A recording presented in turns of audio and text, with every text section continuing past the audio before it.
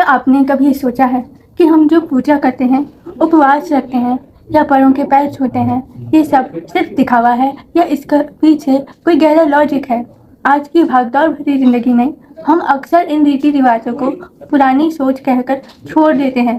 लेकिन क्या होगा अगर मैं आपसे कहूँ कि हमारी प्राचीन सभ्यता ने ये नियम हमारे फायदे के लिए बनाए थे और हम इन्हें भूलकर खुद का ही नुकसान कर रहे हैं?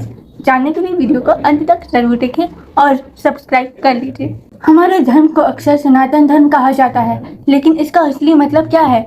सनातन का मतलब है जो शाश्वत है, जो हमेशा से था और हमेशा रहेगा। और धर्म का मतलब कोई मजहब या संप्रदाय नहीं है, बल्कि वो नियम है जो इस पूरी सृष्टि को बैलेंस रखते हैं। सोचिए, हमारे पूर्वज कोई अंधविश्वासी नहीं थे। सनातन धर्म की नींव इसी बात पर टिकी है कि हम ब्रह्मांड के नियमों को समझे। हमारे प्राचीन वैदिक साहित्य में आध्यात्मिकता यानी स्पिरिचुअलिटी और विज्ञान यानी साइंस का वो तालमेल मिलता है जिसे आज का मॉडर्न साइंस धीरे धीरे समझ रहा है। अब बात करते हैं हमारे रोज के रीति रिवाजों की। ये असल में पुराने ज़माने के लाइफ हैक्स हैं। रोज की पूजा यह है और कुछ नहीं, बल्कि हर सुबह ईश्वर को याद करके खुद को ग्राउंडेड रखने और पॉजिटिव एनर्जी हासिल करने का एक तरीका है।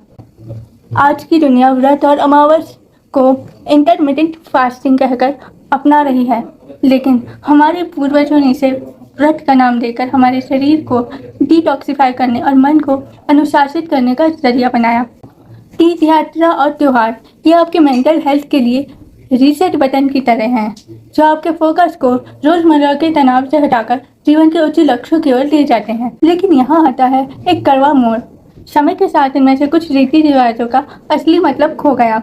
आज कई जगह परंपराएं सिर्फ एक दिखावा या बिजनेस बनकर रह गई हैं। लोग करोड़ों रुपए दिखावे में उड़ा देते हैं, जिससे आलोचकों को यह कहने का मौका मिलता है कि ये पैसा किसी गरीब की मदद में क्यों नहीं लगाया गया। और सबसे बड़ा नुकसान, हिंदू धर्म हमें रीति रिवाजों को निभाने की पूरी आज़ादी देता है, लेकिन कुछ लोग इसी आज़ादी का फायदा उठाकर अपनी जड़ों और परंपराओं को पूरी तरह त्यागने का बहाना ढूंढ लेते हैं। तो समाधान क्या है? क्या हमें सब कुछ छोड़ देना चाहिए? बिल्कुल नहीं।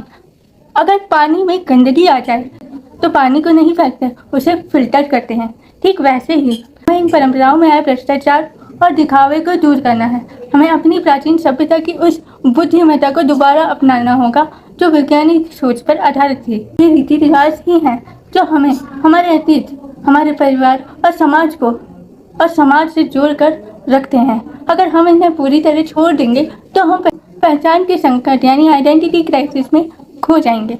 परंपराएं भेड़ियां नहीं हैं, ये हमारी जड़ें हैं, और जिस पेड़ की जड़ें मजबूत नहीं होती वो तूफानों में टिक नहीं पाता। आपका इसके बारे में क्या सोचना है? क्या आपको भी लगता है कि हमारे रीति रिवाजों के पीछे कोई साइंस है? आपका पसंदीदा पारिवारिक रीति रिवाज कौन सा है? मुझे कमेंट सेक्शन में ज़रूर बताएं। अगर ये वीडियो आपको लॉजिकल और रिलेटेबल लगी तो इसे अपने दोस्तों और परिवार के साथ शेयर जरूर करें। ऐसे ही वीडियोस के लिए मेरे चैनल को सब्सक्राइब करना ना भूलें। मिलते हैं अगले वीडियो में। राधे राधे, जय हिंद।